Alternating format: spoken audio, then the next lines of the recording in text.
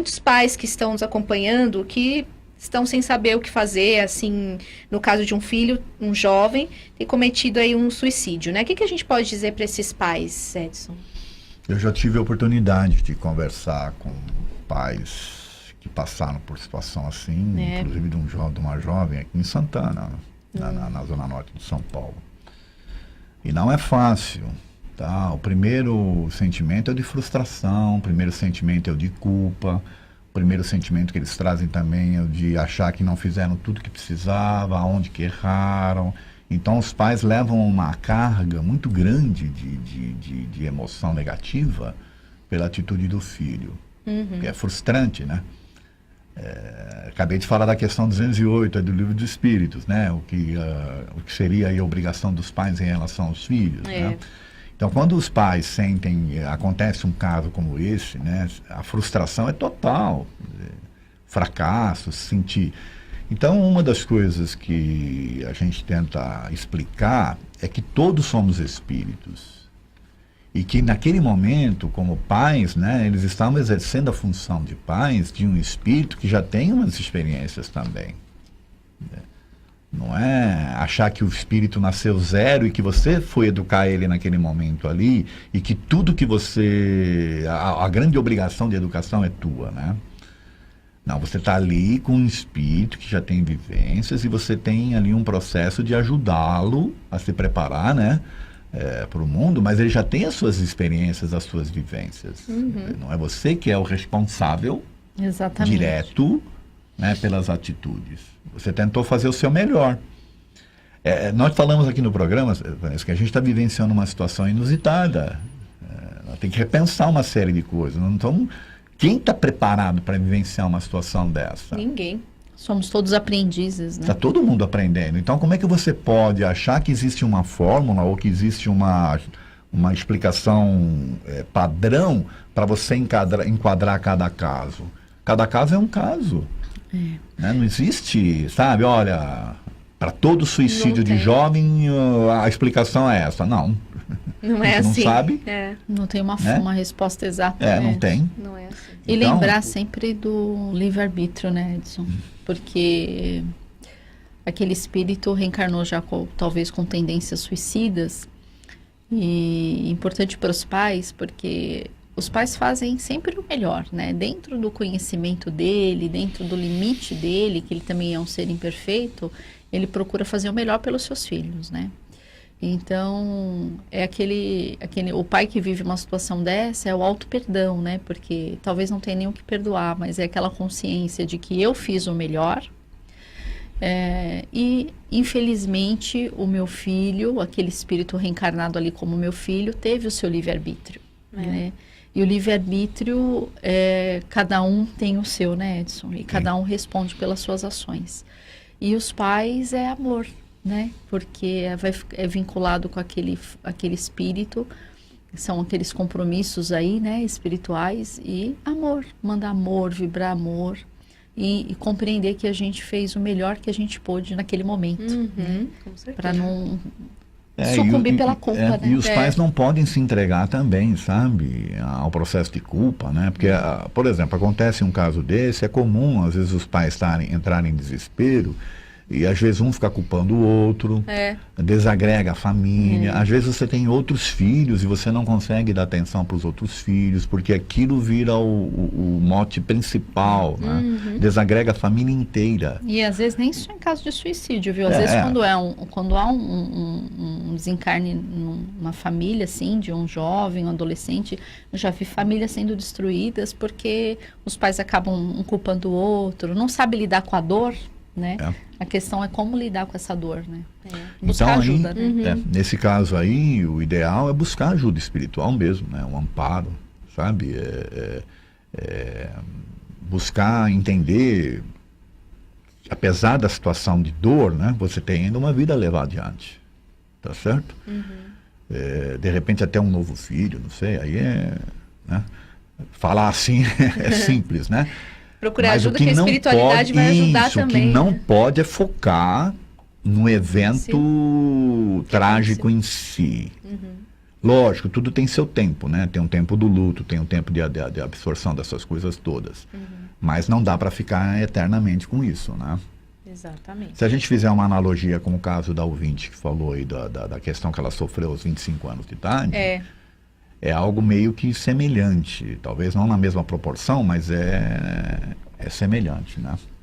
Bem semelhante. Marisol, da Vila Buarque, pelo nosso WhatsApp também. Bom dia, eu também estou desempregada. Meus filhos não gostam de religião, mas gostam de mim. E estão fazendo milagres para me ajudar. Obrigada por nos amar, Rádio Boa Nova, esse pessoal maravilhoso. Ai, que bonito, né? Eu já fiquei desempregado 1 ano também, viu, gente?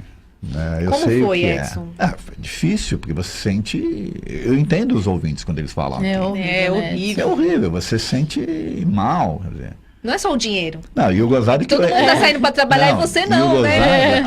E o gozado é o seguinte... Inútil, né? Inútil. Então, sabe o que é o interessante? Porque eu nessa época, ainda era presidente também do centro. E as pessoas falam, mas você é presidente do centro espírita e está desempregado? Eu falei, ué, o que tem uma coisa a ver com a outra? Cadê seus amigos lá de cima, né? As pessoas acham que o fato de você estar numa casa espírita ou com uma responsabilidade, que nada vai acontecer para você na vida material. Não é nada. Uma coisa não tem nada a ver com a Antes outra. fosse, né, Edson? Antes fosse. Os desafios são ainda maiores, né? É verdade. E não foi fácil, tá? É difícil. Não foi fácil. Porque você sente mesmo, né?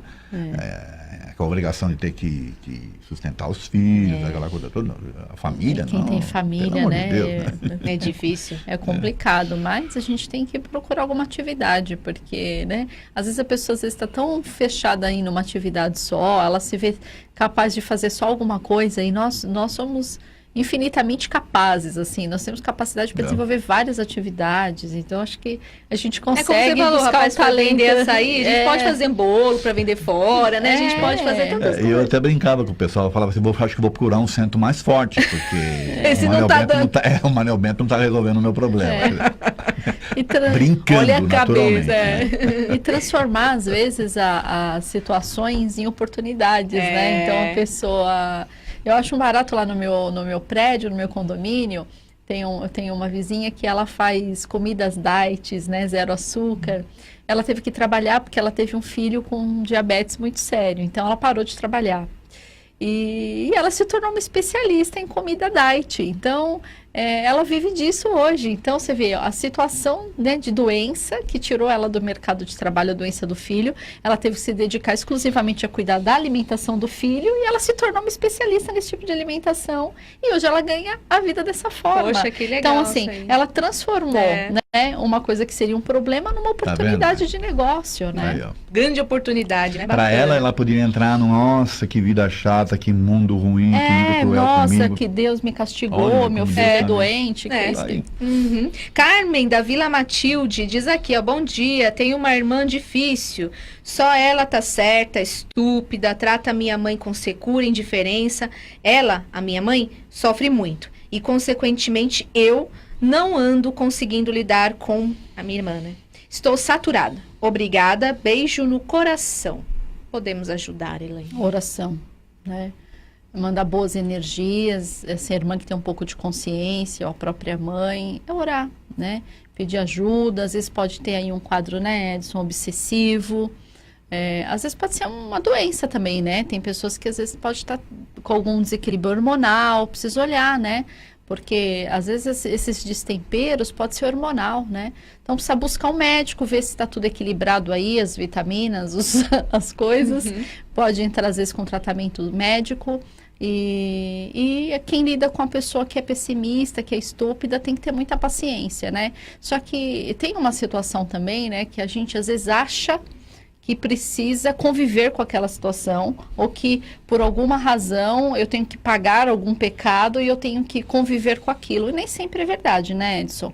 Então, como nós temos o nosso livre-arbítrio, também ninguém é obrigado a ficar sendo maltratado. Então, às vezes tem pais já de filhos adultos, independentes, e ficam ali servindo de saco de pancada, né? Sim. Vamos cada um cuidar da sua vida. Às vezes não é possível a convivência. Então, são espíritos realmente que são inimigos, às vezes não é possível a convivência. Eu acho que também cabe, às vezes, fazer essa ponderação. É saudável para a nossa família essa convivência? Então, vamos buscar uma solução. De repente, mudar de casa. Olha, então, você quer me tratar mal? Aqui na minha casa, não. Então, você procura o seu canto e... Então, a gente, de irmãos, né? Pode então, assim, ninguém pode ficar achando normal ficar sofrendo qualquer tipo de violência. E tem que buscar uma solução para isso, né? Para conviver um pouco melhor, né, Edson? Eu já falei e vou repetir novamente, né? Às vezes você precisa mudar o foco de como você está enxergando aquela pessoa, né? Parece uma coisa absurda que eu estou dizendo, né? Mas, de novo, ela falou todas as inqualidades da irmã, né? Que a irmã a irmã não tem nada de bom. De bom. De repente pode ter alguma coisa, entende? É. E aí combina com a mãe de começar a exaltar esse lado bom da pessoa. Talvez implantar o evangelho no lar seja uma boa alternativa também. Sem dúvida. Sabe? Começar a te falar de coisas positivas dentro de casa. Mudar a energia até de casa. Evitar esses programas de televisão que só trazem desgraça. Sim, exatamente. Sabe? Sim. Você muda Só o complica. padrão. Você liga a televisão 6 horas da manhã, você já tem crime. Então, nem liga. Nem liga, muda Põe na boa nova. Põe na boa nova. Sabe mudar o padrão. Sim, claro. Isso talvez ela não tenha tentado isso ainda, né? Então, pode ser uma alternativa. Pode mesmo. E ela e a mãe buscarem um amparo espiritual. Se a irmã não quiser, pelo menos as duas buscarem. Importantíssimo, exatamente. Porque você, para lidar com situações de desequilíbrio, você precisa estar em equilíbrio. Senão fica os dois no mesmo nível, né? Todo Morre mundo abraçado. Vai estar todo mundo dentro da areia movediça. E não pode, você tem que estar do lado. A pessoa está na areia movediça, você tem que estar ao lado, não entrar no poço da areia movediça, senão você vai junto, para amparar aquela pessoa. Para isso você precisa de equilíbrio, talvez você precise de ajuda espiritual. E às vezes as pessoas, elas desenvolvem uma dependência emocional, né? Eu sei porque eu vejo muitas situações lá no meu escritório, e então a pessoa, já vi casos assim de a sogra vai ser agredida pelo genro. Então, ela é a dona da casa, a casa é dela, tem uma filha, casa e o genro vai morar junto. E o genro bate na sogra, maltrata a sogra. Alfa, né? E a filha não... E a filha, para não perder o marido, ou para agradar o marido, dá razão para o marido, né? Então, e aí a pessoa não tem coragem de tomar uma decisão. Fala, não, a casa é minha, vocês que vão para fora. Ah, mas eu posso fazer isso? Pode, muda a chave da sua casa, a casa é sua. Né? Mas dá parte na polícia. E os direitos da minha filha? Que direito? Você não morreu, o direito é só depois que morre. Não tem direito nenhum, a casa é sua.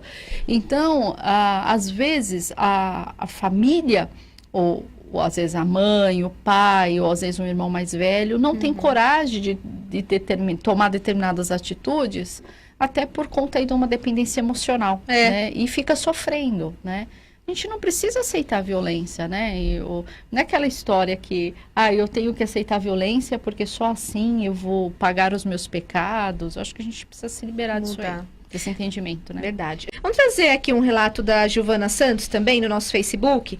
Ela diz, bom dia, eu tive depressão aos 17 anos, veio acompanhada de um processo obsessivo chamado subjugação. Foi difícil. Minha família sofreu junto. Como morava numa cidade muito pequena, muitos não compreenderam e me viam como uma louca. Um ano atrás, com 16 anos, conheci a doutrina. Como era muito inexperiente, fiquei me perguntando, por que comigo? Passou, venci. Hoje, com 45 anos, contribuo na doutrina. Foi quem me deu muitas respostas e Deus na minha vida. Apoio familiar é fundamental. Nossa, que relato super importante, né? Muitas vezes esses quadros, né, que antigamente era tratado até como loucura, né? E na verdade são quadros de subjugação, de obsessão. E fascinação e outras coisas, né? Então, como a doutrina, ela é importante e esclarecedora. Como é importante esses processos tantos que foram relatados aqui hoje, de se buscar uma ajuda no centro espírita, e como é importante conhecer a doutrina, estudar, para a gente poder crescer, compreender esses processos pela qual a gente passa, né, Edson? Esse relato serve de apoio aí para muitas pessoas, né, que estão passando por este momento. Busca uma ajuda.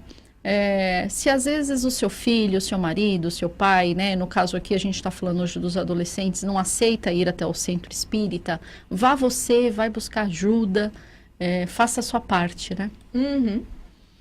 Olha, eu achei estranho alguns relatos dela. Ela falou que com 17 ela teve o processo, aí um ano antes com 16, Conheceu a hoje ela tem doutrina. 45, ficou meio confuso. A idade ficou. Ela teve, né, com 17 Com anos esse 17, eu processo. entendi que foi Mas isso. ela já conhecia a doutrina desde os 16. Ah, é isso. Tá, então tá bom. Entendi, tem mais Não, é que às vezes a gente fica meio confuso. Tem umas coisas assim que é de extrema importância a gente insistir e frisar. Essa questão da depressão, né? Dos tempos modernos, inclusive. Estava até comentando com a Elaine. Você acorda de manhã, liga lá a televisão para assistir um jornal, só Coisa ruim. desgraça. Aí o governo, as notícias que vêm, também o pessoal não procura trazer coisas positivas, é só desgraça. Que o governo fez isso, que o governo fez aquilo, que corrupção, que isso, que aquilo. Tem que ser noticiado, tudo bem. Só que a gente tem que saber se abstrair. Às vezes a pessoa fala assim, você quer que as pessoas fiquem alienadas do que está acontecendo. Não, não é para ficar alienado. É para saber selecionar as notícias. Saber selecionar aquilo que vai te motivar. Entende? Porque se você for focar só nas coisas... Veja, tem um monte de notícia acontecendo, mas você vai focar só nas coisas negativas, não vai conseguir enxergar que tem oportunidades, que tem coisas acontecendo, né? Você vai viver num mundo depressivo, num mundo em crise. Você não põe o pé para fora, né? E num mundo que você não vai salvado. encontrar um emprego, você não vai ter coragem de sair de casa porque está em crise, então não tem emprego, porque a situação política está difícil, porque esse governo que está aí não me representa. Como é que faz? Vai enterrar a cabeça na areia, lá que nem faz o avestruz? E deixar as coisas acontecerem? Não é tem por que aí. viver. Mas a gente já vive um pouco assim, né, Edson? A gente já no cumprimento vizinho, a gente já tem medo. A gente vive nesse estado de terror, de medo e tudo mais, né? É falta de confiança na providência divina. Nós não estamos largados aqui. Deus, quando nos deu oportunidade para nós nascermos, Ele nos deu as condições também para que a gente possa vivenciar as coisas. Né? Caminhar.